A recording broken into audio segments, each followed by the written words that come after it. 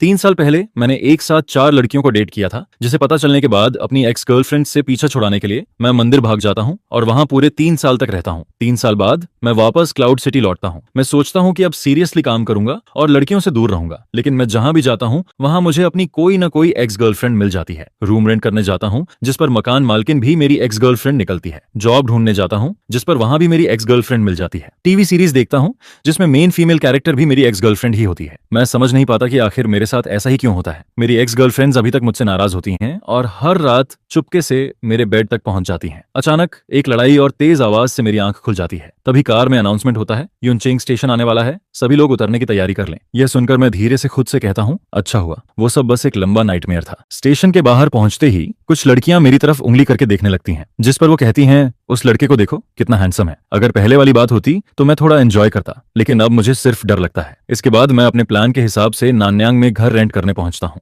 Agent ली वेइचियांग बड़े excitement के साथ मुझे एक नए लग्जरी अपार्टमेंट में लेकर जाता है। वह कहता है, ये 70 स्क्वायर मीटर का फ्लैट है, इतना बड़ा और लग्जरी, और अभी सिर्फ 1000 युआन में मिल रहा है। जिस पर मैं हैरान होकर पूछता हूँ, ब्रदर ली, ये घर सच में सिर्फ 1000 युआन का है? मुझे यकीन ही नहीं होता, इतना सस्ता होना तो हद से ज्यादा है। जिस पर ली वेइचियांग मुस्कुराते हुए कहता है, टेंशन मतलब, मैं कोई फ्रॉड नहीं हूँ। ये लग्जरी अपार्टमेंट पहले स्कूल डिस्ट्रिक्ट हाउस था, लेकिन अब इसके दाम गिर गए हैं। लैंडलॉर्ड बस जल्दी से पैसे वापस पाना चाहती है। यह सुनकर मैं बहुत खुश हो जाता हूँ। मुझे लगता है कि मेरे अच्छे दिन शुरू हो रहे हैं और मैं तुरंत कॉन्ट्रैक्ट साइन कर देता हूँ। इसके बाद ली वेइचियांग मुझसे कहता है कि मैं थोड़ा वेट करूं। वो नीचे जाकर लैंडलॉर्ड को लेकर आता है और हैंडओवर करवा देता है। ज्यादा देर नहीं होती, तभी बाहर से ली वेइचियांग की आवाज आती है। उसके साथ एक लड़की अंदर आती है जिसके हाथ में नीली अम्ब्रेला होती है। वह हंसते हुए कहती है, तुमने तो बहुत अच्छा काम किया, इतनी जल्दी ये फ्लैट रेंट पर दे दिया। मैं अचानक मुड़कर उसके पैरों की तरफ देखता हूँ। दरवाजे से अंदर आते ही उसकी हाई हील्स सबसे पहले नजर आती हैं और उसके सफेद पैर के टखने पर एक खास बर्थ मार्क बना होता है। यह देखकर मैं तुरंत वॉशरूम में छिप जाता हूँ। तभी बाहर लिविंग रूम से लैंडलॉर्ड की आवाज आती है, वो आदमी कहाँ है? जिस पर मैं अपनी आवाज बदलकर कहता हूँ, मेरे पेट में दर्द है, मुझे थोड़ा टाइम लगेगा, या फिर आप वीचैट छोड़ दीजिए, मैं बाद में ऐड कर लूंगा। मैं अपनी आवाज छुपाने की कोशिश करता हूँ, लेकिन बाहर वाली औरत अचानक ली वेइचियांग से पूछती है, मिस्टर, जो की आवाज कुछ अजीब नहीं लग रही,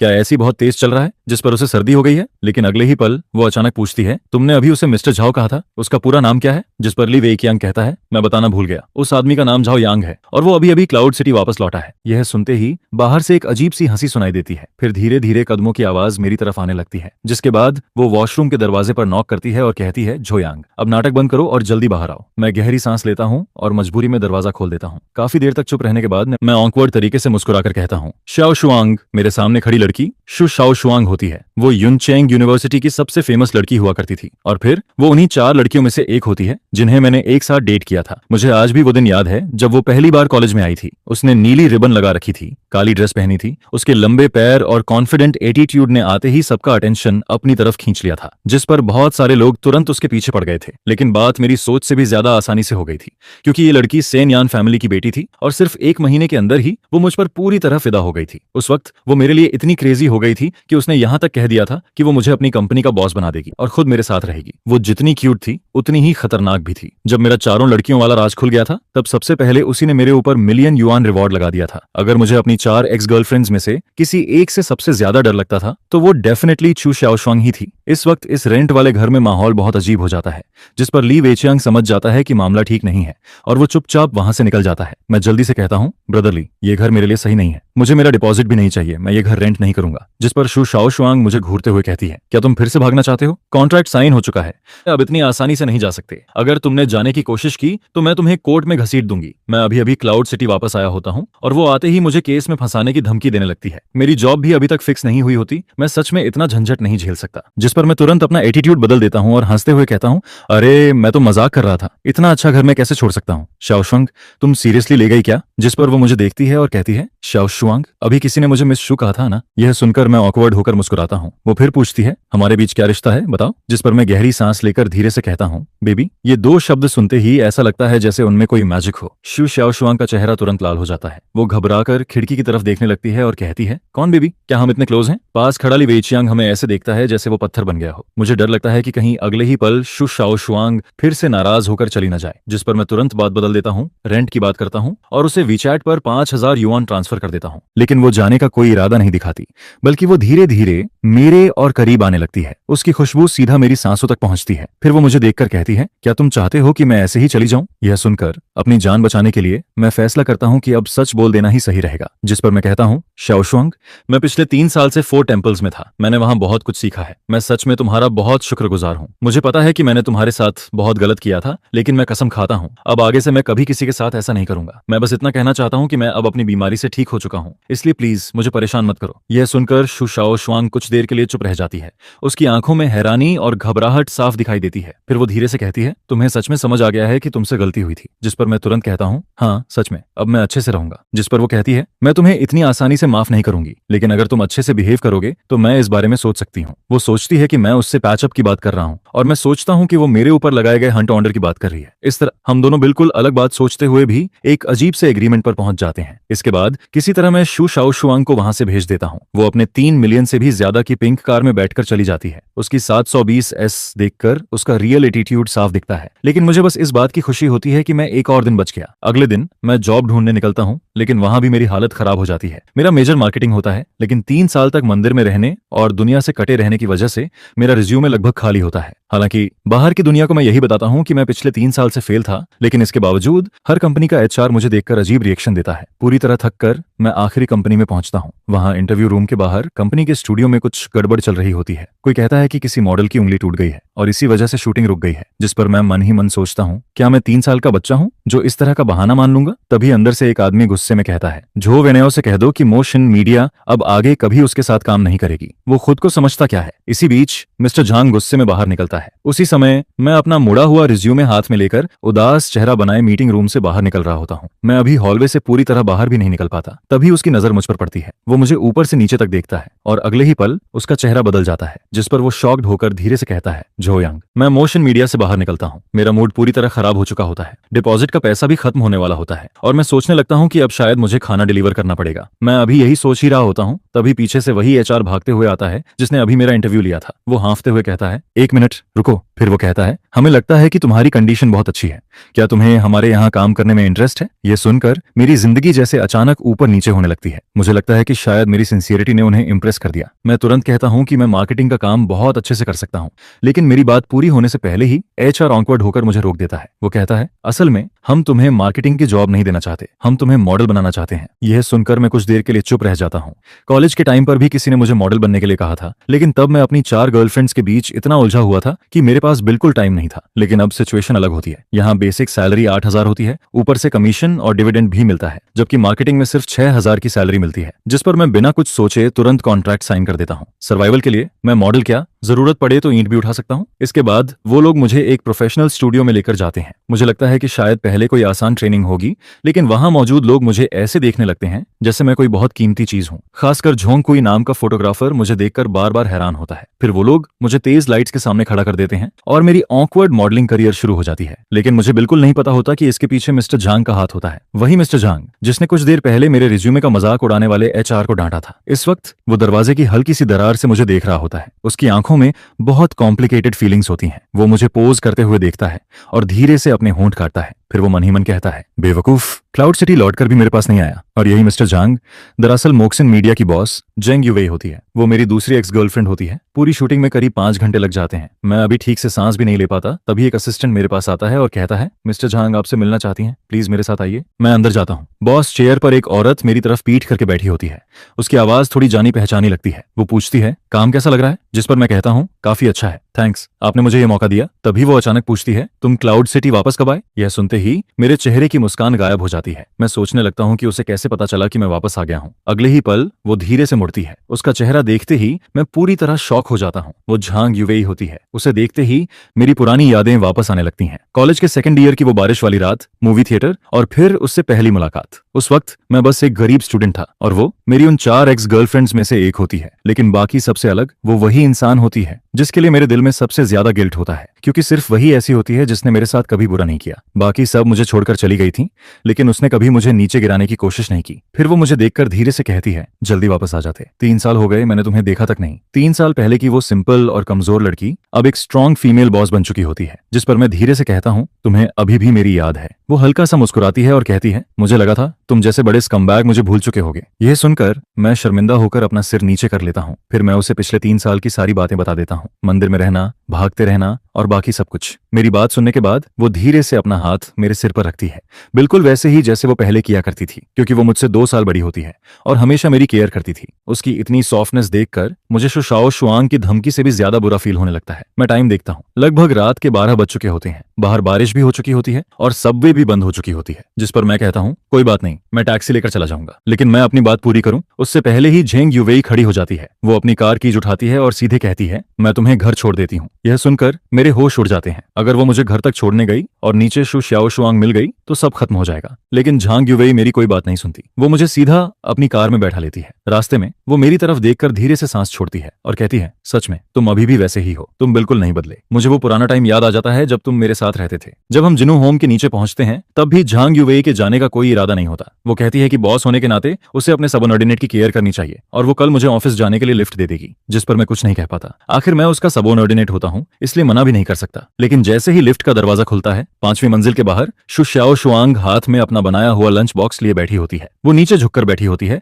लेकिन जैसे ही वो मुझे और झेंग युवेई को साथ में बाहर आते देखती है, उसका चेहरा तुरंत बदल जाता है। फिर वो भागकर मेरे पास आती है और मेरा कॉलर पकड़ लेती है। वो गुस्से में कहती है, तुमने कल ही कहा था कि अब कुछ गलत नहीं करोगे और आज ही किसी और लड़की को घर ले आए। यह सुनकर मेरे माथे पर ठंडा पसीना आ जाता है। एक तरफ लैंडलॉर्ड वाली एक्स गर्लफ्रेंड खड़ी होती है और दूसरी तरफ बॉस वाली एक्स गर्लफ्रेंड, जिस पर मैं जल्दी से कहता हूँ, मेरी बात सुनो, ये लैंडलॉर्ड है जिससे मैं कल मिला था और ये बॉस है जिससे मैं आज मिला हूँ। मैं 3 उंगलियां उठाकर कसम खाता हूँ। हालांकि बात बहुत अजीब लगती है, लेकिन ये सब सच में सिर्फ कोइंसिडेंस होता है। मैंने सच में कुछ गलत नहीं किया। हम अभी ऑफिस में ओवरटाइम कर रहे थे और ये बस मुझे घर छोड़ने आई है। जिस पर झांग युवेई भी मेरी बात मान लेती है। वो कहती है कि हाँ, हम ओवरटाइम कर रहे थे। लेकिन फिर वो शु शाओ शुआंग की तरफ देखकर कहती है, लेकिन तुम लैंडलॉर्ड होकर आधी रात को यहाँ क्या कर रही हो? रेंट लेने आई हो क्या? जिस पर शु शाओ शुआंग तुरंत कहती है, ये मेरा घर है, मैं जब चाहूं यहाँ आ सकती हूँ। फिर वो दोनों एक दूसरे को घूरती हैं, जिसके बाद शु शाओ शुआंग कहती है, अगर मिसअंडरस्टैंडिंग है तो अंदर चलकर बात करते हैं, मैं आज रात झाओ यांग के साथ यहीं रहूंगी। जिस पर झांग युवेई भी तुरंत कहती है, अगर तुम आ सकती हो तो मैं भी आ सकती हूँ, मुझे भी इससे बहुत सारी बातें करनी है। और फिर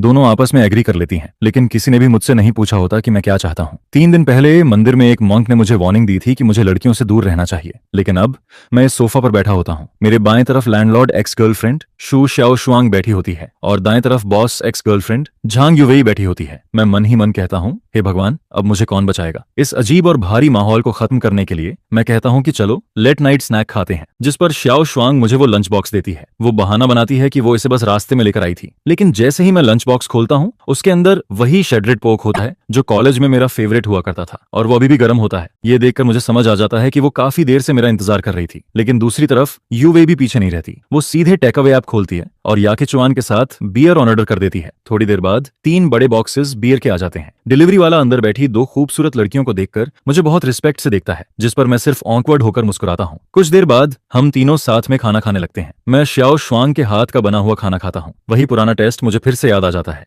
जिस पर मेरे दिल में गिल्ट और भी ज्यादा बढ़ जाता है, क्योंकि वो दोनों मेरे साथ इतना अच्छा बिहेव करती हैं और मैं ही सबसे बड़ा बेवकूफ होता हूँ। इसके बाद मैं लगातार बियर पीने लगता हूँ। मैं खुद को रोक नहीं पाता। एक के बाद एक बोतल खत्म कर देता हूँ। फिर एक बियर कैन उठाकर उसे भी एक ही बार में पी जाता हूँ। थोड़ी ही देर में मुझे शराब चढ़ जाती है। मैं नशे में खुद को थप्पड़ मारता हूँ और लड़खड़ाती हुई आवाज में बोलने लगता हूँ, मैं अच्छा इंसान नहीं हूँ, लेकिन आगे से अगर तुम दोनों को कभी कोई परेशानी हुई तो मैं जरूर तुम्हारी हेल्प करूंगा। इसके बाद मुझे कुछ भी ठीक से याद नहीं रहता। मुझे बस इतना याद रहता है कि शु श्याओ शुआंग और झांग युवेई दोनों मिलकर मुझे उठाकर बेड तक लेकर जाती हैं, जिस पर युवेई धीरे से मुझे कंबल ओढ़ा देती है और मेरे सिर पर हाथ फेरती है। उसी समय मुझे शु श्याओ शुआंग की आवाज सुनाई देती है। वो अचानक पूछती है, सच बताओ, क्या तुम अभी भी उसे पसंद करती हो? जिस पर झांग युवेई मेरी तरफ देखती है। मैं उस वक्त सो रहा होता हूँ। उसकी आंखों में सॉफ्टनेस साफ दिखाई देती है। फिर वो धीरे से कहती है, उसने मुझे मेरा पहला DSLR दिया था, उसी ने मेरे फोटोग्राफी ड्रीम को सपोर्ट किया था, इसलिए मैं उससे नफरत नहीं कर सकती। जिस पर शु श्याओ शुआंग बिना सोचे तुरंत कहती है, मैं भी अभी तक जो यांग को पसंद करती हूँ। फिर वो धीरे से कहती है, मैं उसे मारना भी चाहती हूँ, लेकिन उससे कोई फर्क नहीं पड़ता। इस बार मैं उसे दोबारा भागने नहीं दूंगी। यह सुनकर झांग युवेई हल्का सा मुस्कुराती है। फिर वो मेरे कान को खींचती है और शु श्याओ शुआंग से कहती है, तुम्हारा एटीट्यूड अभी भी बिल्कुल पहले जैसा है। लेकिन फिर वो धीरे से कहती है, तुम्हें मुझसे नहीं, बाकी लड़कियों से सावधान रहना चाहिए। और इसी तरह दोनों एक दूसरे का वीचैट ऐड कर लेती हैं, ताकि बाकी एक्स गर्लफ्रेंड्स के खिलाफ वो एक टेम्परेरी अलायंस बना सकें। अगले दिन दोपहर में मेरी आंख खुलती है। मेरा सिर बहुत ज्यादा दर्द कर रहा होता है, लेकिन जैसे ही मैं आंख खोलता हूँ मैं देखता हूँ कि शु शाओ शुआंग मेरे ऊपर सो रही होती है। उसी वक्त बेडरूम का दरवाजा खुलता है और झांग युवेई बाहर आती है। उसे देखकर मेरा दिमाग पूरी तरह खाली हो जाता है। मुझे लगता है कि कल रात नशे में मैंने जरूर कोई बहुत बड़ी गलती कर दी होगी, जिस पर मैं घबराकर पूछता हूँ कल रात मैंने कुछ किया था क्या। लेकिन वो दोनों मुझे देखकर हंसने लगती हैं। फिर झांग युवेई कहती है, तुम तो कल रात मरे हुए इंसान की तरह सो रहे थे, कुछ भी नहीं हुआ। यह सुनकर मैं राहत की सांस लेता हूँ। आज झांग युवेई अच्छे मूड में होती है, इसलिए वो मुझे एक दिन की छुट्टी दे देती है। कंपनी जाने से पहले वो पूरे घर को अच्छे से साफ भी कर देती है। फिर जाते जाते मुझे वार्निंग देती है कि उसके ना रहने पर मैं कोई गड़बड़ ना करूं। इसके बाद शु शाओशुआंग भी उठ जाती है और जैसे ही उसे कल रात की अपनी बात याद आती है उसका चेहरा तुरंत लाल हो जाता है, क्योंकि उसने खुद कहा था कि वो अभी भी झो बियांग को पसंद करती है। यह सोचकर वो शर्म से कहीं छिप जाना चाहती है, जिस पर मैं धीरे से कहता हूँ, शाओशुआंग तुम उठ गई। फिर मैं उससे पूछता हूँ, तुमने और झांग युवेई ने कल रात क्या बात की थी। जिस पर वो मुझे घूरकर कहती है, बहुत सारी बातें,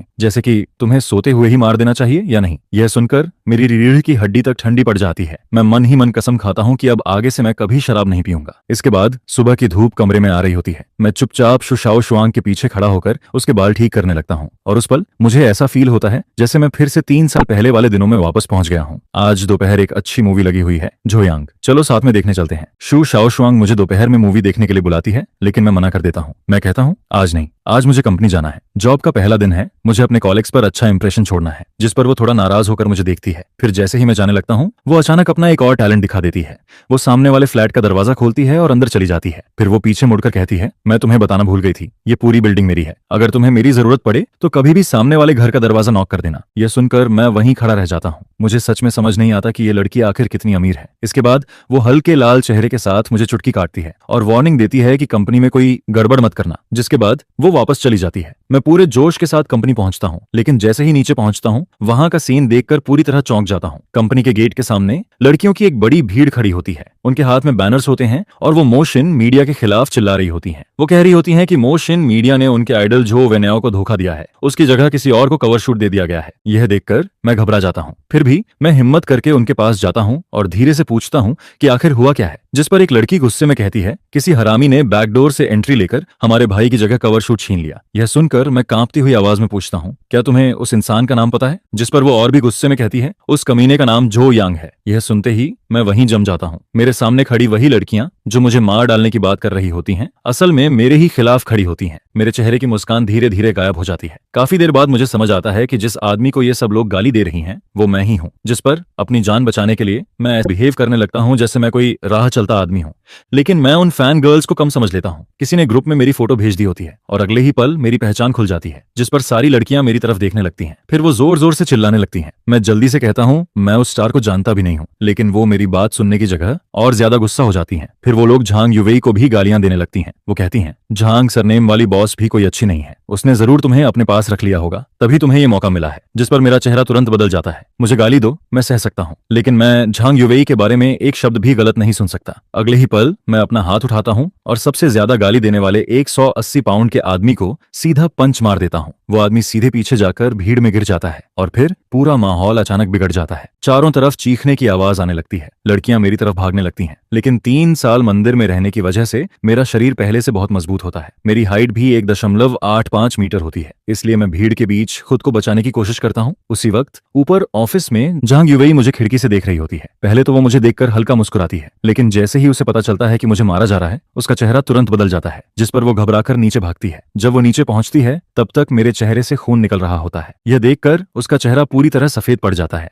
उसके दिल में बहुत दर्द होता है, लेकिन उसे इस बात का दुख नहीं होता कि मैंने उन लड़कियों को मारा। उसे इस बात का दुख होता है कि मेरी वजह से उसकी कंपनी को नुकसान हो सकता है, क्योंकि अगर ये बात हॉट सर्च पर चली गई तो मोशन मीडिया की 3 साल की मेहनत बर्बाद हो सकती है। जिस पर झांग युवेई जल्दी से मेरे पास आती है। वो दोनों हाथों से मेरा चेहरा पकड़ती है और चेक करती है कि मुझे कितनी चोट लगी है। जब उसे पता चलता है कि चोट ज्यादा नहीं है तब वो अचानक गुस्से में कहती है, क्या तुम पागल हो, मैंने तुम्हें छुट्टी दी थी, फिर तुम कंपनी क्यों आए। जिस पर मैं धीरे से कहता हूँ, सिस्टर वेई गुस्सा मत हो। फिर मैं कहता हूँ, तुम बस ये बोल देना कि मैं टेम्परेरी वर्कर हूँ, सारी गलती मेरे ऊपर डाल दो और मुझे निकाल दो। मैं सोचता हूँ कि वो कंपनी की वजह से परेशान है, इसलिए मैं उसे बचाना चाहता हूँ, लेकिन मेरी बात सुनकर वो कुछ देर के लिए चुप रह जाती है। ऐसा लगता है जैसे वो कुछ कहना चाहती है, लेकिन उससे पहले ही पुलिस मुझे पकड़ कर ले जाती है और अब मुझे 7 दिन की डिटेंशन होने वाली होती है। जैसा मैंने सोचा था वही होता है। थोड़ी ही देर में मीडिया कंपनी के एक मेल एम्प्लॉय और फीमेल फैंस के बीच हुई लड़ाई हॉट सर्च पर आ जाती है। हर तरफ न्यूज फैल जाती है। इंटरनेट पर ऐसे वीडियोस घूमने लगते हैं जिन्हें जानबूझकर एडिट किया गया होता है, जिस पर मुझे विलेन की तरह दिखाया जाता है, जैसे सारी गलती सिर्फ मेरी हो। उसी समय शाम को युंगवांग बिल्डिंग के नीचे एक ब्लैक नैनी कार आकर रुकती है। उसमें से एक लंबी खूबसूरत लड़की बाहर निकलती है। उसकी खूबसूरती देखते ही हर कोई उसे पहचान लेता है। वो पेरेंट्स होती है, एंटरटेनमेंट इंडस्ट्री की सबसे फेमस एक्ट्रेस।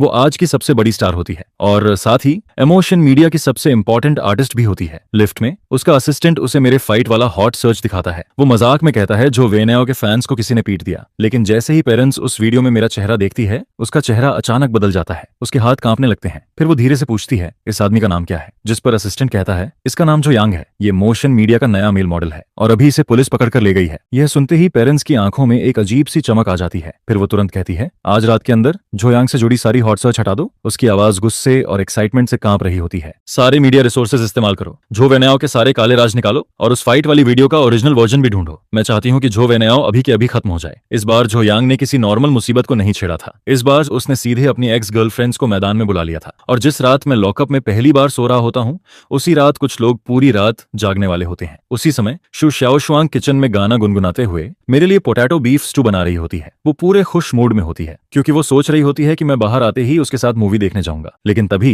झांग युवेई का वीचैट मैसेज आता है।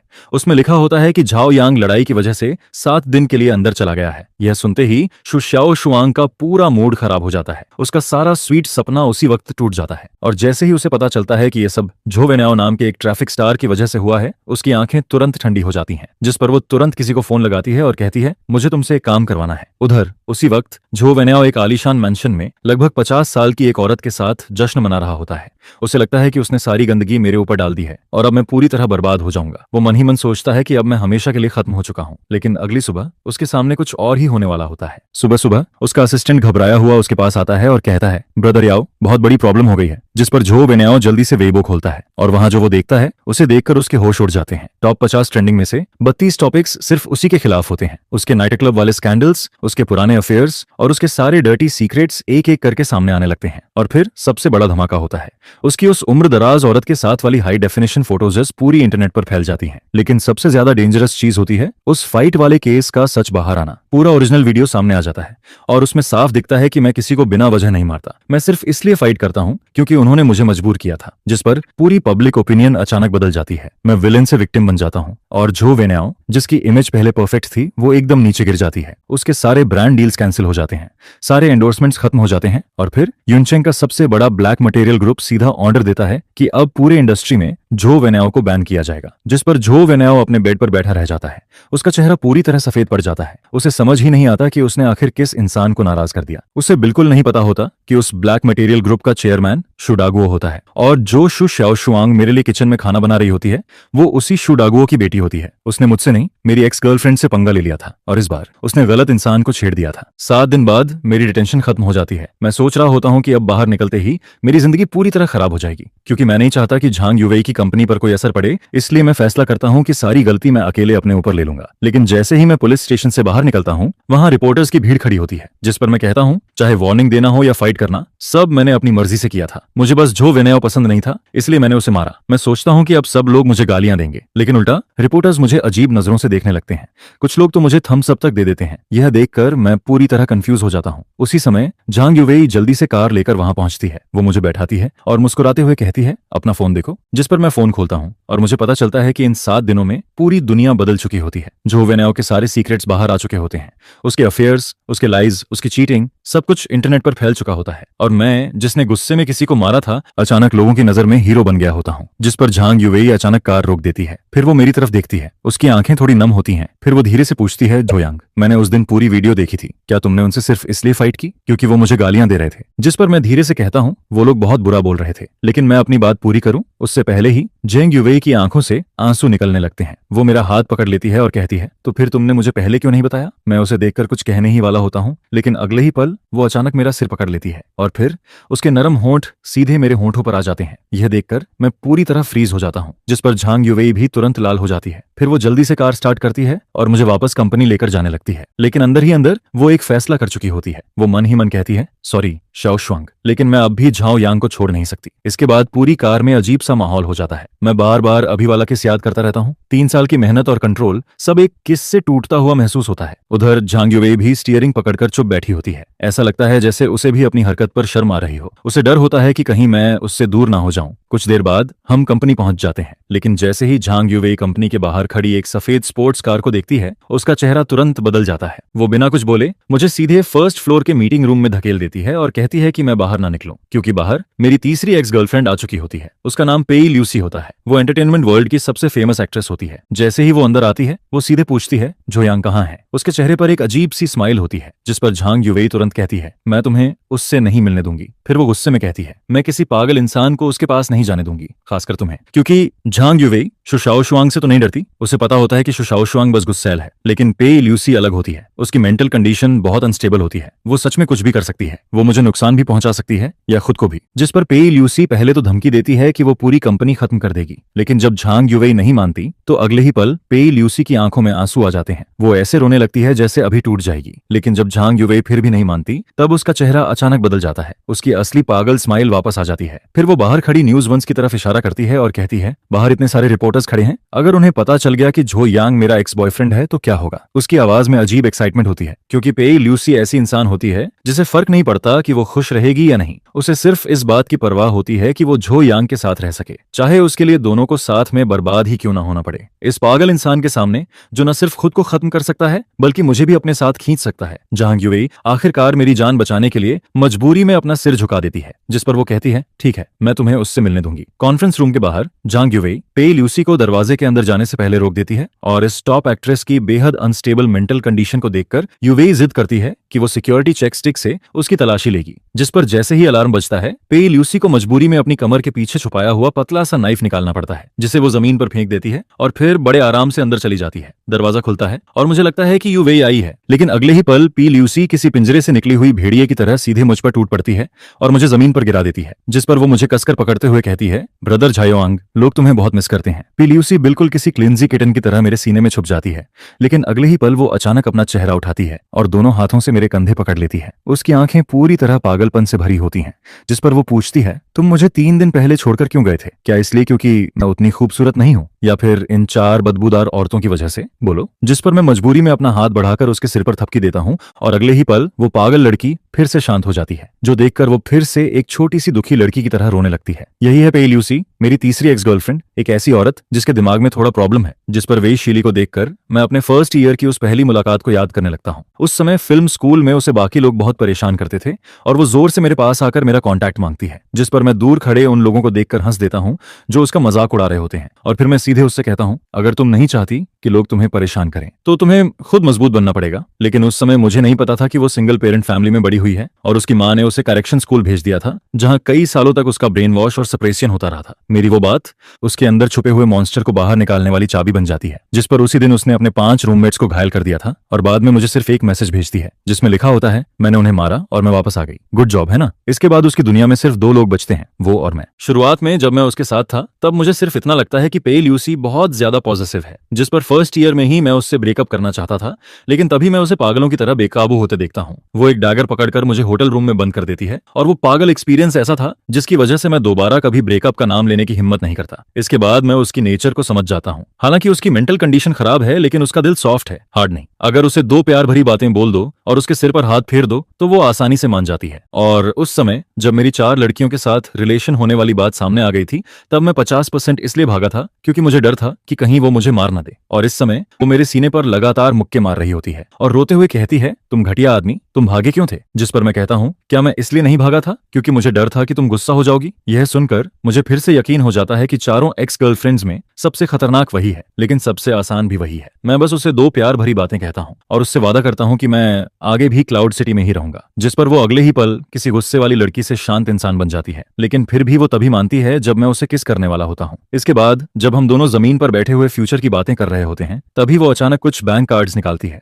और फिर वो अपनी पिछले 3 साल की सारी कमाई मुझे दे देती है। जिस पर वो कहती है, ये सब तुम्हारे लिए है ताकि तुम्हें आगे कभी काम ना करना पड़े, ठीक है? एक इतनी फेमस एक्ट्रेस की इतनी बड़ी सेविंग को देखकर भी मैं बिना बिना सोचे उसे मना कर देता हूँ, क्योंकि वो मुझे सपोर्ट नहीं करना चाहती, वो सच में मेरा ख्याल रखना चाहती है। जिस पर मैं उससे कहता हूँ, तुम अपनी स्टार वाली लाइफ जीती रहो और मैं यहाँ अपना काम करता रहूंगा, लेकिन मैं तुमसे प्रॉमिस करता हूँ, जब भी तुम मुझे ढूंढने आओगी मैं हमेशा यहीं मिलूंगा। यह सुनकर वो चुपचाप मेरे सीने में आकर लिपट जाती है और आखिरकार वो अपने अंदर की वो एक्सट्रीम कंट्रोल वाली चाहत को थोड़ा छोड़ देती है। उसी समय झांग युवेई दरवाजे पर नॉक करती है और याद दिलाती है कि बाहर के रिपोर्टर्स अब अंदर घुसने वाले हैं। जिस पर मुझे समझ आता है कि ये सारे रिपोर्टर्स असल में पेई ल्यूसी ही लेकर आई थी, ताकि झांग युवेई मजबूरी में उसे मुझसे मिलने दे। इसके बाद मैं सिस्टर वेई से माफी मांगने के लिए कहता हूँ, जिस पर पेई ल्यूसी पहले तो इंस्टिंक्टिवली मुंह बना देती है, लेकिन मेरी तरफ देखकर तुरंत मान जाती है। जिस पर वो कहती है, ठीक है, मैं माफी मांग लूंगी, आगे से तुम जो कहोगे मैं वही करूंगी। इसके बाद मैं सेफ तरीके से कॉन्फ्रेंस रूम से बाहर निकल आता हूँ, जिस पर झांग युवेई आखिरकार राहत की सांस लेती है और फिर वो अपना बंद हाथ खोलती है, जिसे देखकर मुझे समझ आता है कि उसने अपने हाथ में कुछ छुपा रखा था। तभी समझ आता है कि अभी थोड़ी देर पहले पेई ल्यूसी इतनी देर तक उसे बाहर क्यों नहीं निकाल रही थी। लेकिन कॉन्फ्रेंस रूम के अंदर दोनों औरतों के बीच थोड़ी देर के लिए एक सीधा सामना होता है, जिस पर पेई ल्यूसी सिर्फ मुझे खुश करने के लिए झांग युवेई के सामने अपना सिर झुकाकर उससे माफी मांगती है। यह देखकर झांग युवेई भी समझ जाती है कि वो पूरी तरह बुरी नहीं है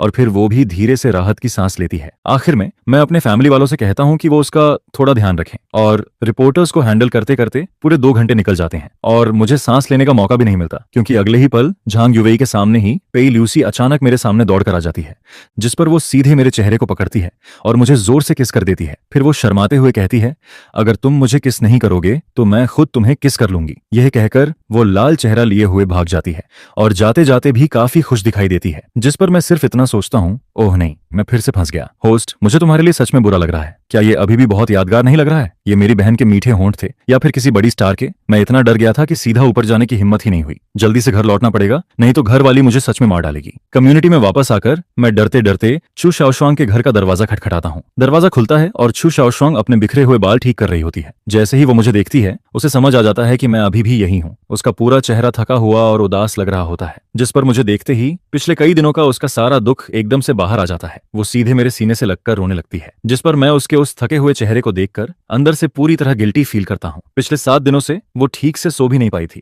उसे हर रात यही सपना आता था कि मैं डिटेंशन सेंटर में फंसा हुआ हूँ और वो सिर्फ मेरी मदद की आवाज सुन रही है। लेकिन जब मैं सही सलामत वापस आ जाता हूँ, तब वो अपना सारा डर, गुस्सा और बेचैनी बाहर निकाल देती है, जिस पर वो मेरी पसंद का खाना बनाकर टेबल पर रखती है। मेरी फेवरेट डिश सामने रखी होती है और हाथ धोकर अच्छे से तैयार होने के बाद वो अचानक बहुत ध्यान से पेई ल्यूसी के बारे में पूछने लगती है। तभी मुझे पता चलता है कि पेई ल्यूसी की खबर बाहर आने के अलावा झो वेनेओ के इतनी जल्दी पीछे हटने की वजह शू शाओशुआंग के पीछे खड़ा ऑब्सीडियन ग्रुप भी था। जिस पर शू शाओशुआंग मुझसे पूछती है, पेई ल्यूसी के साथ आखिर हुआ क्या था? मुझे चुप देखकर वो तुरंत मेरे पास आ जाती है, जिस पर वो गुस्से और जलन से कहती है, उस दिल चुराने वाली बिल्ली को जो मिला वो मुझे भी चाहिए। मैं कुछ समझ पाता उससे पहले ही वो मेरा चेहरा पकड़कर मुझे किस कर देती है, जिस पर मैं अपने होंठ छूता हूँ और फिर से अंदर ही अंदर पछताने लगता हूँ। इसके बाद वो मेरे लिए खाना बनाती रहती है और जब उसका मन थोड़ा शांत हो जाता है, तब वो चुपचाप मेरी बाहों में आकर टिक जाती है। वो बहुत ज्यादा थक चुकी होती है, जिस पर मैं उसे धीरे से उठाकर बेडरूम में ले जाता हूँ। वो आधी नींद में मेरा हाथ पकड़ लेती है और 10 सेकंड के अंदर ही सो जाती है। मैं बेड के किनारे बैठकर उसका हाथ धीरे से पकड़े रहता हूँ और उसे गुड नाइट कहता हूँ। लेकिन शहर के दूसरे कोने में मुझे बिना पता चले मेरे खिलाफ एक शिकार शुरू हो चुका होता है। बेइज्जत हो चुका जो वेनेओ एक पागल जुआरी की तरह अंडरग्राउंड गैंग यूलिंग सोसाइटी के सानिया के पास पहुंचता है। भले ही मैं अब थोड़ा फेमस हो चुका हूं और कई लोग मुझसे डरते हैं, लेकिन उसके सामने जो वेनेओ सीधे 7 मिलियन रख देता है, जिस पर वो कहता है 5 मिलियन उसकी जान लेने के लिए और बाकी 2 मिलियन अगर तुम चाहो तो जैसे भी करना। और मुझे इस सब के बारे में कुछ भी पता नहीं होता।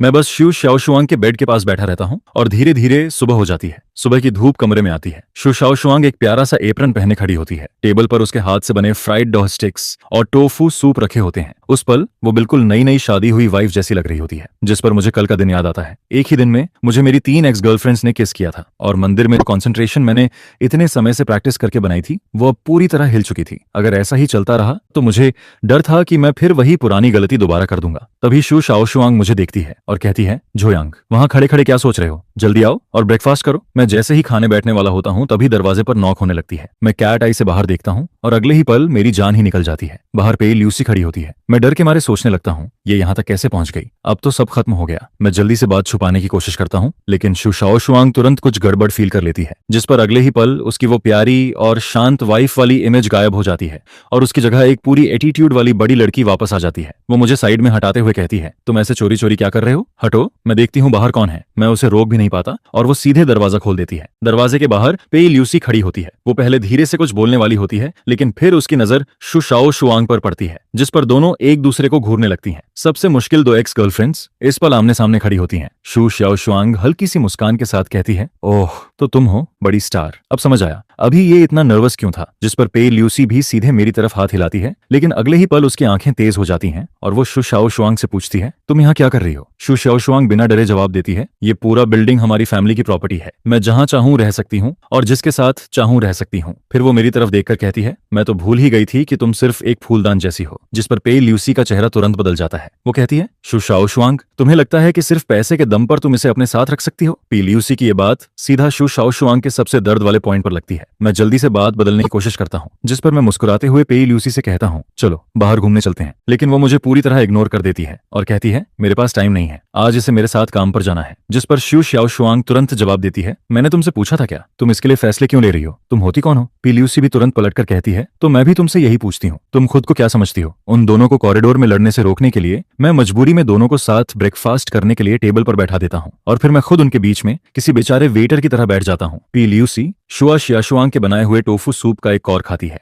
उसकी आंखों में साफ नापसंदगी दिखाई देती है, लेकिन फिर भी वो अकड़कर कहती है, ठीक है किसी तरह खाया जा सकता है, लेकिन इसमें कोई रियल टेस्ट नहीं है। फिर वो शु शियाशुआंग से पूछती है, क्या तुम रोज खुद खाना बनाती हो। जिस पर शु शाओ शुआंग शांत होकर जवाब देती है, मैं यूजुअली बहुत बिजी रहती हूँ, तुम्हारी तरह मेरे पास हर दिन इतना फ्री टाइम नहीं होता कि मैं सिर्फ बाहर घूमती रहूं। पेई ल्यूसी तुरंत कहती है, अगर टाइम हो तो खाना बनाना सीख लेना चाहिए, कुछ लोगों को बाहर का खाना पसंद नहीं होता। जिस पर शु शाओ शुआंग सीधे मेरी तरफ देखती है और बात का तीर मेरी तरफ घुमा देती है, ऐसा है क्या, मुझे तो लगा था जो यांग को बाहर का खाना पसंद है। जिस पर ल्यूसी मेरी तरफ देखते हुए पूछती है, जो यांग तुम्हें आखिर खाना कहाँ खाना पसंद है। और फिर वो दोनों मुझे घूरने लगती हैं। इस सवाल के सामने मेरे माथे पर ठंडा पसीना आ जाता है और मुझे लगता है कि मेरा सिर अभी फट जाएगा। जिस पर तभी जब ऐसा लग रहा होता है कि दोनों किसी भी पल मुझ पर टूट पड़ेंगी, तभी मेरा फोन बज जाता है। वो झांग युवेई का कॉल होता है, जिस पर मैं मन ही मन चिल्लाता हूँ, सिस्टर वेई की जय हो। झांग युवेई का ये फोन मेरे लिए किसी लाइफ सेवर से कम नहीं होता, क्योंकि अभी कुछ सेकंड पहले तक शु शाओ शुआंग और ल्यूसी की नजरें मुझे जिंदा खा जाने वाली थीं। मैं तुरंत फोन उठाकर कहता हूँ, हेलो झांग, क्या कंपनी में इमरजेंसी है। ठीक है मैं अभी आता हूँ। मैं कंपनी में इमरजेंसी होने का बहाना बनाता हूँ और पूरी एक्टिंग करने की कोशिश करता हूँ, लेकिन ये दोनों लड़कियां इतने समय से मेरे साथ हैं कि मेरी आंखें जरा सी भी इधर उधर होती हैं तो इन्हें तुरंत पता चल जाता है कि मैं झूठ बोल रहा हूँ। जिस पर लिविंग रूम, जो पहले से ही भारी माहौल में था, अब और भी ज्यादा ठंडा हो जाता है। मैं बोलना बंद कर देता हूँ और ल्यूसी भी चुपचाप अपना सिर झुका लेती है। उस ब्रेकफास्ट के दौरान मुझे सच में ऐसा लग रहा होता है जैसे मैं किसी मौत की सजा के बीच बैठा हूं। यहां तक कि प्लेट में रखे फ्राइड डॉ स्टिक्स भी मुझे किसी टॉर्चर जैसे लगने लगते हैं। पूरा माहौल इतना भारी हो जाता है जैसे हवा भी रुक गई हो। जिस पर मैं जल्दी जल्दी खाना खत्म करता हूं और वहां से निकलने की कोशिश करता हूं। मैं ल्यूसी की तरफ देखकर कहता हूं, बड़ी स्टार रहने दो, अगर किसी ने तुम्हें मेरे साथ देख लिया तो तुम मुसीबत में पड़ जाओगी। मैं तुम्हें मन खुद छोड़ देता हूं। लेकिन जैसे ही मुझे लगता है कि दूसरा वर्ल्ड वॉर फिर से शुरू होने वाला है, मैं तुरंत उठ जाता हूं और कहता हूं, रहने दो, मैं सबवे से चला जाऊंगा। इसके बाद मैं वहां से ऐसे भागता हूं जैसे जान बचाकर निकल रहा हूं और मेरे पीछे वो दोनों अचानक किसी अजीब से समझौते पर पहुंच जाती हैं। जिस पर शु शाओ शुआंग ठंडे चेहरे से ल्यूसी से कहती है, सिर्फ जुआओ निंग ही वापस नहीं आई है, वो बाई सरनेम वाली औरत भी वापस आ चुकी है और वो भी जुआओ यांग पर नजर रखे बैठी है। इसलिए हमारे बीच लड़ने से अच्छा है कि पहले बाहर वालों से डील किया जाए। और इसी समय मैं सबवे में बैठा हुआ अपनी जिंदगी के बारे में सोच रहा होता हूँ। मुझे लग रहा होता है कि मैं सच में अपनी जान दांव पर लगाकर जी रहा हूँ। अगर मैं ऐसे ही इन सबके बीच फंसा रहा तो एक दिन सच में खत्म हो जाऊंगा। जिस पर मैं मन ही मन कसम खाता हूँ कि आज से मैं लड़कियों से दूर रहूंगा और सिर्फ अपने करियर पर ध्यान दूंगा। लेकिन रियलिटी मुझे एक मौका भी नहीं देती, क्योंकि तभी सबवे में एक स्कूल गर्ल मुझे पहचान लेती है। वो अचानक चिल्लाकर कहती है, क्या तुम जोयांग हो। जिस पर पूरा डिब्बा एकदम से शोर से भर जाता है। कोई फोटो मांगता है, कोई ऑटोग्राफ, और कुछ लोग मेरे चारों तरफ जमा हो जाते हैं। मैं किसी शर्मिंदा भगोड़े की तरह किसी तरह उनसे बचते हुए सबवे से नीचे उतरता हूँ। लेकिन कंपनी के नीचे पहुंचने तक भी मेरा दिमाग अभी तक ठीक नहीं हुआ होता। मैं बस जल्दी से ऑफिस पहुंचना चाहता था। तभी पीछे से एक आदमी हुडी पहने हुए मेरी तरफ आता है और धीरे से पूछता है, तुम झाओ यांग हो, है ना। मैं बिना उसकी तरफ देखे कैजुअली जवाब देता हूँ, अभी थोड़ा अर्जेंट काम है, अगली बार साइन दे दूंगा। मुझे लगता है कि वो भी कोई फैन है, लेकिन अगले ही पल एक ठंडी चमक मेरी आंखों के सामने से गुजरती है। जिस पर वो आदमी अचानक नाइफ निकालकर मेरे गले की तरफ वार करता है। मैं इंस्टिंक्टिवली पीछे हटता हूँ, जिस वजह से वो वार मेरे गले की जगह कंधे पर लग जाता है। मेरे कंधे से तुरंत खून निकलने लगता है, लेकिन वो आदमी बहुत तेजी से हरकत करता है। वो मेरा कंधा पकड़ लेता है और इससे पहले कि मैं कुछ कर पाऊं, उसका नाइफ मेरे पेट में घुस चुका होता है। जिस पर कंपनी के नीचे का वो आम सा रास्ता अगले ही पल किसी डरावने सीन में बदल जाता है। वो आदमी नाइफ वापस खींचने ही वाला होता है कि तभी मैं पूरी ताकत से उसका हाथ पकड़ लेता हूँ और जोर से चिल्लाता हूँ, आग लग गई, जल्दी आओ। मेरी आवाज सुनकर आसपास के लोग तुरंत इकट्ठा होने लगते हैं, जिस पर किलर घबरा जाता है और जल्दी से अपने साथी की मोटरसाइकिल पर बैठकर वहां से भाग जाता है। जमीन पर गिरने से पहले मैं बस इतना कह पाता हूँ, एम्बुलेंस बुलाओ। 5 मिनट बाद मोशन मीडिया के बाहर जहांग युवेई मेरा इंतजार कर रही होती है, लेकिन मेरी जगह वहां पेई ल्यूसी और शु शाओशुआंग भी पहुंच जाती हैं। तीनों औरतों को अभी तक ये तय करने का मौका भी नहीं मिला था कि मुझे कौन अपने पास रखेगी। तभी कंपनी का एक एम्प्लॉय भागता हुआ आता है। उसका चेहरा पूरी तरह सफेद पड़ा होता है, जिस पर वो चिल्लाकर कहता है, झो यांग को सबवे स्टेशन पर नाइफ मार दिया गया है, बहुत खून निकल रहा है। यह सुनते ही शु शाओशुआंग की आंखों के सामने अंधेरा छा जाता है और वो वहीं जमीन पर गिर जाती है, जबकि पेई ल्यूसी की आंखें पूरी तरह बदल जाती हैं। उनमें ना आंसू होते हैं, ना डर, सिर्फ पागलपन और गुस्सा होता है। वो बिना कुछ बोले ठंडे चेहरे से मुड़ती है और कहती है, तुम लोग हॉस्पिटल जाओ, मैं जुआओनिंग को ढूंढने जा रही हूँ। शु शाओशुआंग उसे रोकने की कोशिश करती है, लेकिन पेई ल्यूसी बिना एक्सप्रेशन के कहती है, जिसने उसे चोट पहुंचाई है मैं उसे टुकड़ों में तोड़ दूंगी। जिस पर शु शाओशुआंग उसे नहीं रोकती। वो सिर्फ अपना फोन निकालती है, क्योंकि उसे पता होता है कि झो यांग पर हुए इस अटैक के बाद क्लाउड सिटी पूरी तरह बदलने वाली है। एम्बुलेंस के अंदर झांग युवेई मेरा हाथ कसकर पकड़े रहती है। वो रोते हुए बार बार कहती है, अगर तुम्हें कुछ हो गया तो मैं भी नहीं जीऊंगी। जिस पर मैं मुश्किल से मुस्कुराता हूँ और उसे कहता हूँ, पेई ल्यूसी मुझे मरने नहीं देगी, चिंता मत करो। डॉक्टर की जांच के बाद पता चलता है कि नाइफ पर कोई पॉइजन नहीं था। यह सुनकर मैं राहत की सांस लेता हूँ। फिर मैं मुश्किल से अपना खून से भरा हाथ उठाता हूँ और कहता हूँ, मैंने उसके हाथ की स्किन अपने नाखूनों में फंसा ली थी, उसमें उसका डीएनए होगा। जल्दी से एविडेंस कलेक्ट करो, चाहे मेरे अंदर सिर्फ एक सांस ही क्यों ना बची हो। जिसने मुझे मारने की कोशिश की है, मैं उसे इसकी कीमत जरूर चुकवाऊंगा। क्लाउड सिटी में रेड डार्क ग्रुप को सबसे ताकतवर अंडरग्राउंड फोर्स माना जाता है, जिसने खुद को सबसे अच्छे तरीके से साफ इमेज में बदल लिया था। और उस ग्रुप की रूलर जुआओनिंग सिर्फ 31 साल की थी। वो क्लाउड सिटी के सबसे अमीर लोगों में से एक थी। इसी समय ये पुरानी अंडरवर्ल्ड क्वीन शीशे के सामने खड़ी होकर खुद को तैयार कर रही होती है, उस आदमी से मिलने के लिए जिससे वो सबसे ज्यादा प्यार भी करती है और सबसे ज्यादा नफरत भी, झो यांग।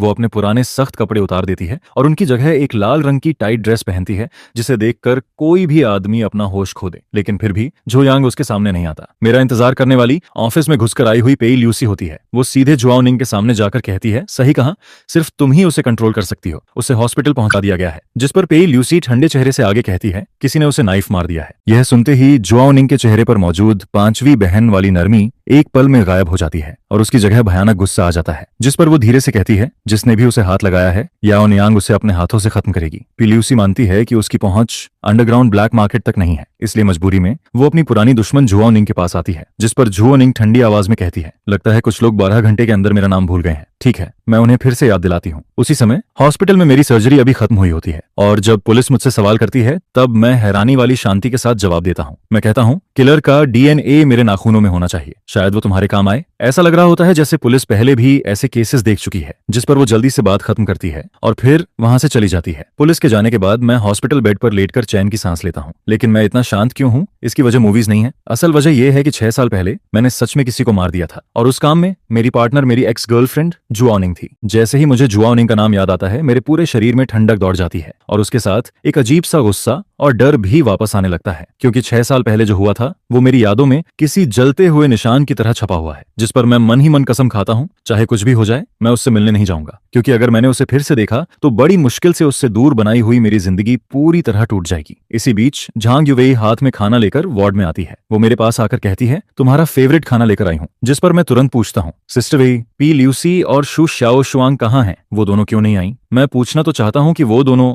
आखिर कहाँ गई हैं, लेकिन झांग युवेई मेरी सारी आदतें पहले से समझती है। जिस पर वो मुझे घूर कर कहती है, उनके पास जरूरी काम है, तुम बस यहाँ चुपचाप लेटे रहो। भले ही वो बात को कैजुअली टाल देती है, लेकिन मुझे साफ महसूस होने लगता है कि क्लाउड सिटी में कुछ बहुत बड़ा शुरू हो चुका है। और मेरा अंदाजा सही निकलता है, क्योंकि इस समय पूरा क्लाउड सिटी हिल चुका होता है। ऊपर से देखने पर मेरे नाम से जुड़े 30 से ज्यादा टॉपिक्स हॉट सर्च में चल रहे होते हैं। और उससे भी ज्यादा शॉकिंग बात यह होती है कि ऑब्सिडियन ग्रुप अचानक 10 मिलियन का रिवॉर्ड अनाउंस कर देता है। जो भी उस किलर के बारे में कोई जानकारी देगा, उसे सीधे 10 मिलियन मिलेंगे, जिस पर पूरे शहर के लोग पागल हो जाते हैं। अब लोग सिर्फ इंसाफ के लिए नहीं, बल्कि अपनी जिंदगी बदलने वाले उस पैसे के लिए भी किलर को ढूंढ रहे होते हैं। और सिर्फ शहर की नॉर्मल दुनिया ही नहीं, क्लाउड सिटी की अंधेरी दुनिया भी हिल चुकी होती है। हर छोटे बड़े गैंग का बॉस एक जगह जमा होता है और उन्हें इतना चुप कराने वाला सिर्फ एक इंसान होता है, जुआओनिंग। एक पुराने अंडरग्राउंड हाइडआउट में जुआओनिंग अब फिर से अपनी पुरानी पहचान में लौट चुकी होती है। वो अपना सूट पहन चुकी होती है और अब वो किसी अमीर बिजनेस वुमन की तरह नहीं बल्कि गोस्ट यिन गैंग की रदरलेस बॉस लग रही होती है। तभी श्यूकाई नाम का एक आदमी अपने साथियों के साथ अंदर आता है। वो न सिर्फ बेअदबी से बात करता है बल्कि जूनिंग का मजाक उड़ाने की भी कोशिश करता है, जिस पर वो हंसते हुए कहता है, जूनिंग, तुम्हारा इतना गुस्सा देखकर लगता है कि तुम अभी भी वही पुरानी औरत हो। यह सुनते ही जूनिंग की आंखें ठंडी हो जाती हैं। वो धीरे से कहती है, तुमने मुझे गाली देने की हिम्मत की, लगता है तुम जीना नहीं चाहते। शूकै अभी अपनी जगह से उठता ही है कि अगले ही पल पीछे से एक स्वॉर्ड उसके शरीर को पार कर जाती है, जिस पर श्यूकाई वहीं जम जाता है और जुआओनिंग उसे ऐसे देखती है जैसे वो कोई इंसान नहीं, सिर्फ कूड़े का ढेर हो। वो बिना कुछ कहे सिर्फ अपने एक्शन से सबको बता देती है कि क्लाउड सिटी में अभी भी असली रूल उसी का चलता है। फिर वो धीरे से हाथ हिलाती है और श्यूकाई की बॉडी जमीन पर गिर जाती है, जिस पर वो बाकी लोगों से कहती है, अगर कोई मुझे छूने की बात करेगा तो उसका यही हाल होगा। बाकी 4 गैंग बॉसेस ये देखकर इतने डर जाते हैं कि वो अपना सिर तक उठाने की हिम्मत नहीं करते। इसके बाद जुआओनिंग वापस शांत होकर अपनी चेयर पर बैठ जाती है, लेकिन उसके चेहरे का गुस्सा अभी भी खत्म नहीं हुआ होता। वो धीरे से कहती है, 4 घंटे के अंदर पता करो जिसने झोयांग पर अटैक किया वो किसके नीचे काम करता है। अगर तुम लोगों ने पता लगा लिया तो गोस्ट यिन गैंग तुम्हें अपना टेरिटरी दे देगा, लेकिन अगर नहीं पता लगा पाए तो फिर तुम्हारा एंड श्यूकै जैसा होगा। यह सुनते ही पूरे क्लाउड सिटी की अंडरग्राउंड दुनिया पागलों की तरह किलर को ढूंढने में लग जाती है। और इसी समय मैं हॉस्पिटल में बेड पर बैठा हुआ झांग युवेई के छिले हुए एप्पल खा रहा होता हूँ। तभी झांग युवेई कहती है, शु शाओशुआंग ने ऑब्सीडियन ग्रुप से 10 मिलियन का रिवॉर्ड निकलवा दिया है। यह सुनकर मैं थोड़ा खुश हो जाता हूँ, क्योंकि मुझे लगता है कि कम से कम वो लोग मेरी फिक्र कर रहे हैं। लेकिन झांग युवेई तुरंत मेरी तरफ देखकर कहती है, तुम सच में बहुत बड़े स्कमबैग हो। तुम्हारी वजह से मीडिया, पूरे क्लाउड सिटी के लोग और यहाँ तक कि गैंगस्टर्स भी पागल हो चुके हैं। जिस पर मैं अचानक रुक जाता हूँ, क्योंकि उसके मुंह से निकला हुआ गैंगस्टर वाला वर्ड मुझे अजीब लगता है। मैं तुरंत उसकी तरफ देखता हूँ। झांग युवेई का चेहरा एक पल के लिए घबरा जाता है और फिर वो जल्दी से दूसरी तरफ देखने लगती है, जिस पर मेरे शरीर में ठंडी लहर दौड़ जाती है। मैं तुरंत बेड के पास की रेलिंग पकड़ लेता हूँ, क्योंकि मैं जुआओनिंग को बहुत अच्छे से जानता हूँ। अगर वो सच में इस मामले में उतर गई है तो वो किलर को पुलिस के हवाले नहीं करेगी, वो सच में उसे मार डालेगी। उसी समय रेड गूस लोन कंपनी के अंदर यूलिन सोसाइटी का तीसरा बॉस लूसन अपने 2 आदमियों पर गुस्सा कर रहा होता है। ये वही 2 लोग होते हैं जिन्होंने मुझ पर अटैक किया था। उनमें से एक ने मुझे नाइफ मारा था और दूसरा बाहर मोटरसाइकिल लेकर इंतजार कर रहा था। वो तो लालच में आकर मेरे ऊपर अटैक करने वाले उन दोनों लोगों का सिर भी ऑब्सीडियन ग्रुप को बेचकर 10 मिलियन का रिवॉर्ड लेना चाहता था। लेकिन तभी उसे बॉस वांग चेनक का फोन आता है और जैसे ही उसे पता चलता है कि 6 साल से गायब जुआओनिंग भी खुद लोगों को ढूंढने निकल चुकी है, वो सीधे डर के मारे जमीन पर गिर जाता है। जिस पर लू वॉल तुरंत फैसला करता है, हमें अभी इसी वक्त यहाँ से निकलना होगा। ये जगह अब सेफ नहीं है। लेकिन मोटरसाइकिल चलाने वाला उसका छोटा साथी उसके साथ मरना नहीं चाहता था, जिस पर वो चुपके से ऑब्सीडियन ग्रुप को फोन कर देता है और कुछ ही देर में सारी जानकारी शो शाओशुआंग तक पहुंच जाती है। वो घृणा से हंसती है और पुलिस को फोन करने के बजाय सीधा उनकी लोकेशन जुआओनिंग को भेज देती है, क्योंकि वो चाहती है कि कानून से पहले वो कमीने लोग असली नरक का दर्द महसूस करें। उसी समय यूलिन सोसाइटी का बॉस वांग चेन अभी भी के टीवी में बैठा हुआ होता है। उसकी गोद में एक लड़की होती है और वो शराब पीते हुए गाना सुन रहा होता है। वो अभी भी अपने मजे में डूबा होता है और सोच रहा होता है कि घोस्ट यिन नान्याकोहियन गैंग का एरिया अब उसका हो जाएगा। लेकिन तभी के टीवी का दरवाजा खुलता है और जुआओनिंग अंदर आती है, जिस पर वांग चेनक का चेहरा एकदम सफेद पड़ जाता है। उसकी जान जैसे शरीर से निकल जाती है। वो कांपते हुए कहता है, सिस्टर जुआओ, आप यहाँ कैसे? जिस पर जूनिंग ठंडी मुस्कान के साथ कहती है, काफी मजे कर रहे हो, लाओ वांग। वांग चेन जल्दी से कहता है, सिस्टर जुआओ, मैं अपनी जान की कसम खाता हूँ, ये काम मेरे आदमी ने नहीं किया। यह सुनकर जुआओनिंग हंस पड़ती है, लेकिन उसकी हंसी में गुस्सा साफ दिखाई देता है। फिर वो उसके सामने एक वॉइस रिकॉर्डर फेंक देती है। उस रिकॉर्डर के अंदर लू वॉल की आवाज होती है। वो भागने की बात कर रहा होता है, जिस पर वांग चेन वहीं जमीन पर बैठ जाता है। उसे यकीन ही नहीं होता कि अभी जो बात उसने बोली थी उसके आदमी ने उसी पल उसे झूठा साबित कर दिया। फिर जुआओनिंग सिर्फ इतना कहती है, इसे ले जाओ। उसी समय लू वॉल उन दोनों लोगों को लेकर शहर से बाहर भागने की कोशिश कर रहा होता है, लेकिन उनकी कार स्टार्ट होने से पहले ही 2 बड़े ट्रक्स आकर रास्ता रोक देते हैं, जिस पर 1 दर्जन से ज्यादा आदमी हाथ में सोर्ड्स और हथियार लिए हुए उन्हें चारों तरफ से घेर लेते हैं। उन लोगों को देखकर लू वॉल पूरी तरह टूट जाता है। उसे समझ आ जाता है कि अब बचने का कोई रास्ता नहीं है, जिस पर वो चुपचाप कार से बाहर निकल आता है। इसी बीच हॉस्पिटल के कमरे में शाओशुआंग चुपचाप मेरे पास बैठी होती है। वो अपना सिर नीचे करके मेरे बहुत करीब बैठी रहती है। सुबह हुई लड़ाई को याद करके वो अभी भी थोड़ा गुस्सा होती है, लेकिन मुझे देखकर वो फिर से उसी छोटे पप्पी जैसी बन जाती है। उसकी आंखें लाल होती हैं और जब मैं सोचता हूँ कि उसने मेरे लिए पूरे शहर में 10 मिलियन का रिवॉर्ड लगवा दिया तो मेरे दिल में एक अजीब सी मिठास महसूस होने लगती है, जिस पर मैं उसके सिर पर हाथ फेर देता हूँ। लेकिन लेकिन ये सुकून ज्यादा देर नहीं रहता, क्योंकि जैसे ही मैं उसका हाथ पकड़ता हूँ मैं तुरंत पूछता हूँ, सच बताओ क्या जुआओ निंग भी इसमें शामिल है? जिस पर शू शाओशुआंग एक पल के लिए चुप हो जाती है, लेकिन आखिरकार वो धीरे से सच बता देती है। वो कहती है, पे ल्यूसी ने ही जुआओ निंग को ढूंढा था। यह सुनते ही मेरे पूरे शरीर में ठंडा पसीना निकल आता है। पे ल्यूसी पहले से ही मेंटली अनस्टेबल है और जुआओ निंग ऐसी औरत है जो बिना पलक झपकाए किसी को भी मार सकती है। मैं जैसे ही इन दोनों को एक साथ इमेजिन करता हूँ मेरा दिल जोर से धड़कने लगता है, क्योंकि मैं सच में डर जाता हूँ। एक छोड़ी हुई फैक्ट्री के अंदर गर्म हवा में मौत की बदबू फैली हुई होती है। लू चियांग और उसके दोनों आदमी जुआओ निंग और पेई ल्यूसी के सामने घुटनों पर बैठे होते हैं, जिस पर जुआओ निंग अभी तक कुछ नहीं करती। वो बस पीछे खड़ी होकर उन्हें घूरती रहती है। आखिरकार टूटकर लू चियांग सब सच बता देता है। वो झो वेनाओ का नाम लेता है। यह नाम सुनते ही पेई ल्यूसी की आंखों में पागलपन फिर से भर जाता है। उसे तुरंत अपनी पुरानी नरमी पर पछतावा होने लगता है।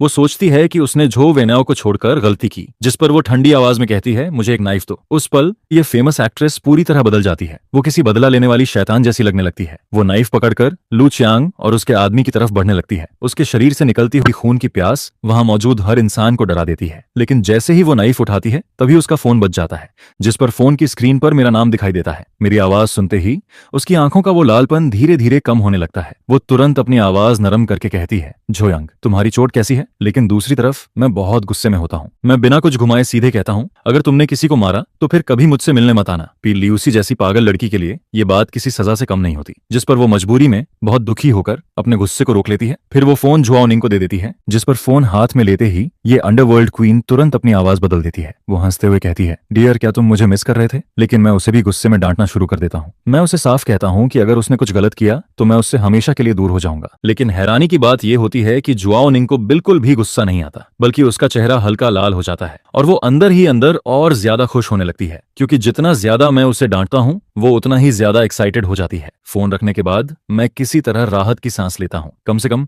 मैंने पेई ल्यूसी के हाथ खून से रंगने से रोक लिया था। लेकिन दूसरी तरफ जुआओ निंग की आंखें फिर से ठंडी हो जाती हैं। वो लू चियांग और उसके आदमी की तरफ देखती है और मन ही मन सोचती है, मैंने जोयांग से वादा किया था कि पेई ल्यूसी किसी को नहीं मारेगी, लेकिन इसका मतलब ये नहीं है कि मैं इन कचरों को छोड़ दूंगी। उधर झांग युवेई पूरे दिन मेरे साथ लगी रहती है और जब वो जाने लगती है तो मेरे कान के पास आकर धीरे से कहती है, मेरी बहन यहाँ नहीं है, इसका फायदा उठाकर किसी और लड़की के साथ कुछ मत करना। यह कहकर वो मुझे घूरती है और फिर चली जाती है। उसके जाने के बाद शू शाओशुआंग मेरे बेड के पास बैठी रहती है। वो इतनी ज्यादा थक जाती है कि आखिरकार बेड के किनारे सिर रखकर वहीं सो जाती है, जिस पर मैं धीरे से उससे कहता हूँ, तुम ठीक हो? पहले बैठ जाओ। क्या तुम अभी भी मुझसे नाराज हो? वो धीरे से सिर हिलाती है और कहती है, हाँ मैं नाराज हूँ। लेकिन फिर वो मेरी तरफ देखकर कहती है, क्योंकि मैं जानती हूँ तुम मुझे बचाना चाहते थे, लेकिन सबसे पहले तुम्हें खुद को बचाना चाहिए था। फिर वो अपना सिर झुका लेती है और धीरे से कहती है, असल में ये सब मेरी गलती है। अगर मैं झो वेनाओ को पूरी तरह खत्म कर देती तो शायद ये सब कभी नहीं होता। झो वेनाओ ही मर्डरर है, उसी ने पैसे खर्च किए थे। उसने मुझे लाल आंखों के साथ बताया था कि मैन मास्टरमाइंड झो वेनाओ ही है, बस वो 6 साल पहले वाली अगली फैमिली रिवेंज लेने नहीं आई है।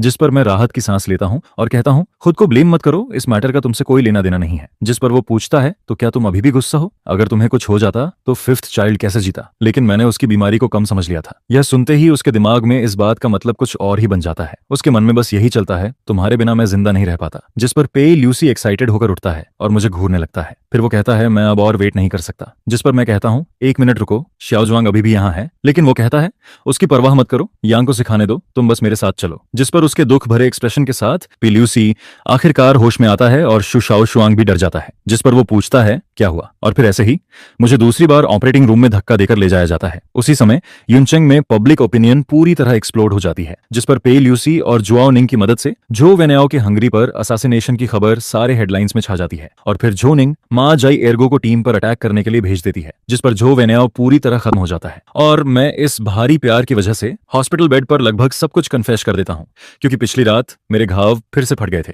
जिस पर मुझे फिर से ऑपरेटिंग रूम में ले जाया जाता है। पेई ल्यूसी चुपचाप खुद को ब्लेम करता रहता है और यहाँ तक कि शू शाओशुआंग जो पहले गुस्सा होना चाहता था वही उसे उल्टा समझाने लगता है। वो कहता है, रोना बंद करो, वो अब डेंजर से बाहर है। फिर हम थोड़ी देर रेस्ट करते हैं। लेकिन रात के 2 बजे तक भी मेरा ब्लीडिंग पूरी तरह बंद नहीं होता और जब मैं दोबारा जागता हूँ तब दोपहर हो चुकी होती है। जिस पर सबसे पहले मुझे जुआओ निंग का बढ़ा चढ़ा फिगर दिखाई देता है और फिर वो मेरा सिर अपनी बाहों में दबा देती है। उसकी वो पुरानी सॉफ्टनेस मुझे लगभग डुबो ही देती है। लेकिन एबॉट की वार्निंग याद करके मैं उसे धीरे से दूर कर देता हूँ, क्योंकि ये औरत इतनी टेम्पिंग थी कि मुझे पुरानी बातें याद आने लगती हैं। मैं उसके साथ बाकी 4 एक्स गर्लफ्रेंड्स को मिलाकर जितनी बार रूम नहीं लिया उससे ज्यादा बार उसके साथ ले चुका हूँ। जिस पर मुझे 6 साल पहले की बात याद आती है जब मैं सेकंड ईयर में था। उस बारिश वाली रात में मैं अभी अभी झांग युवेई को गली से छोड़कर वापस आया था और तभी मैंने जुआओ निंग को बचाया था जो पूरी तरह खून से ढकी हुई थी। शुरुआत में मैंने बस उसे उठाया और एक छोटे से किराए के कमरे में रख दिया जो मैं मुश्किल से अरेंज कर पाया था। उस समय मैं खुद भी दागों और खून से भरा हुआ था, लेकिन जैसे जैसे उसके घाव ठीक होने लगे उसका चेहरा किसी और ही लेवल का दिखाई देने लगता है, जिसे देखकर मैं शॉक हो जाता हूँ और मुझे समझ आता है कि मैंने कैसी खतरनाक औरत को बचाया है। वो क्लाउड सिटी के सबसे बड़े गैंगस्टर ग्रुप की तीसरी लीडर थी और फिर जुआओ निंग मुझे बताती है कि पावर की लड़ाई में वो हार गई थी, जिस पर अब उसे सेकंड बॉस टेरर पीछा करके मारना चाहता था और वो अकेले मरना चाहती थी। लेकिन शायद उस रात बिछड़ने वाली फीलिंग की वजह से मैं उसका हाथ पकड़ लेता हूँ और जोर से चिल्लाता हूँ, मैं तुम्हें न जाने नहीं दूंगा। फिर मैं कहता हूँ, अगर सीजून की परेशानी की वजह से मरना ही है तो चलो साथ मरते हैं। और फिर उसी रात हम दोनों एक दूसरे के करीब आ जाते हैं, जिसके बाद हम एक पागल प्लान बनाते हैं। मैं खुद जाकर फियर ऑफ लू से मिलता हूँ। मैं उसके सामने एक लालची आदमी होने का नाटक करता हूँ और कहता हूँ, मुझे 10 लाख चाहिए, पैसे मिलते ही मैं तुम्हें बता दूंगा कि जुआओ निंग कहाँ है। जिस पर लू सच में मेरे झांसे में आ जाता है और फिर वो अपने आदमियों के साथ मुझे अंदर ले जाता है। लेकिन जैसे ही उसके आसपास की सिक्योरिटी ढीली पड़ती है मैं अचानक टेबल के ऊपर से कूद जाता हूँ, फिर वाइन बॉटल तोड़ता हूँ और भेड़िए की तरह उसके गले पर मार देता हूँ। मुझे याद नहीं कि उस समय कितना दर्द हुआ था, मुझे बस इतना याद है कि हर तरफ खून था और मेरे सामने एक बॉडी पड़ी हुई थी। और जब मुझे दोबारा होश आता है तब तक लुओ मर चुका होता है। यही मेरा सीक्रेट था, मेरे शांत चेहरे के नीचे छुपा हुआ, क्योंकि 6 साल पहले ही मैं एक ऐसा इंसान बन चुका था जिसने किसी को मार दिया था। जिस पर जुआओ निंग को देर से यह बात समझ आती है और वो कहती है, तुम पागल हो, वापस स्कूल जाओ, यहाँ का काम मुझ पर छोड़ दो। जिसके बाद वो आखिर में मुझे स्कूल वापस भेज देती है और फिर 3 महीने बाद मैं और जुआओ निंग एक साथ आ जाते हैं और उसके बाद हमारा रिलेशन काफी स्मूथली चलने लगता है। जुआओ निंग मुझसे 5 साल बड़ी है और वो इकलौती औरत है जिसने मेरे 4 लड़कियों के साथ चल रहे रिलेशन को पहले ही समझ लिया था, लेकिन फिर भी उसने मुझे एक्सेप्ट किया। यहाँ तक कि वो 3 साल पहले क्लाउड सिटी छोड़कर चली गई थी और फिर उसने मुझे पागलों की तरह ढूंढा जब तक कि उसने मेरा हॉट सर्च नहीं देख लिया। जिसके बाद वो विदेश से वापस उड़कर आ जाती है, जिस पर हॉस्पिटल बेड के सामने खड़ी जुआओ निंग की आंखों से धीरे धीरे आंसू गिरने लगते हैं और वो पूछती है, इस बार तुम कितने समय के लिए रुकने वाले हो? जिस पर मैं कहता हूँ, मैं युनचेंग में रहूंगा। सच कहूं तो पिछले 3 सालों में मैं बस 4 सेकंड के लिए ही दूर गया था। फिर मैं अपना सीना थपथपाता हूँ और उससे कसम खाकर कहता हूँ। लेकिन जुआओ निंग मुझ पर बिल्कुल भरोसा नहीं करती, बल्कि वो धीरे से अपना कॉलर नीचे करती है और मेरी तरफ झुक जाती है, जिस पर मेरी सारी डिफेंस एक पल में टूटने लगती है और मैं लगभग कंट्रोल खोने वाला होता हूँ। तभी दरवाजा खुलने की आवाज आती है और फिर झांग युवेई हाथ में लंच बॉक्स लेकर अंदर आती है। वो लाल चेहरे के साथ मुझे देख रही होती है, लेकिन अगले ही पल झांग युवेई का एक्सप्रेशन दोनों औरतों की डरावनी नजरों के बीच गायब हो जाता है, जिस पर कमरे के अंदर एक अजीब सी टक्कर शुरू हो जाती है। जुआओ निंग तुरंत झांग युवेई को पहचान लेती है, वही इंसान जिसने 3 साल पहले मुझे युनचेंग से भागने में मदद की थी। लेकिन हैरानी की बात यह होती है कि वो गुस्सा नहीं होती, बल्कि ताली बजाकर कहती है, झायोंग के हॉस्पिटल से निकलने के बाद क्यों ना हम तीनों साथ ट्रिप पर चलें। यह सुनकर झांग युवेई वहीं पर पूरी तरह स्टन रह जाती है, क्योंकि उसने शायद कभी इस अंडरवर्ल्ड गॉडमदर की इतनी अजीब सोच इमेजिन नहीं की थी। और फिर वार्ड के अंदर की हवा जैसे पूरी तरह जम जाती है। खुद को बचाने के लिए मैं जल्दी जल्दी कहने लगता हूं कि मैं कोई औरत नहीं हूं, लेकिन मुझे बिल्कुल उम्मीद नहीं होती, क्योंकि झांग युवेई दांत भींचकर कहता है कि जब समय आएगा तब वो इस बारे में सोच लेगा। जिस पर उसकी इतनी हद तक टॉलरेंस देखकर मैं लगभग पूरी तरह उसकी सॉफ्टनेस में डूबने लगता हूं। और तभी जैसे कोई हीरो सही समय पर आता है, वैसे ही अचानक 2 लोग सामने आ जाते हैं। वो थे शु शाओशुआंग और पेई ल्यूसी की मां, जिनके आते ही वार्ड का माहौल एक पल में खराब हो जाता है, क्योंकि जुओ निंग अभी अभी हम तीनों के साथ घूमने का आइडिया दे चुकी थी। लेकिन ये दोनों इतने आसानी से मानने वाले नहीं थे,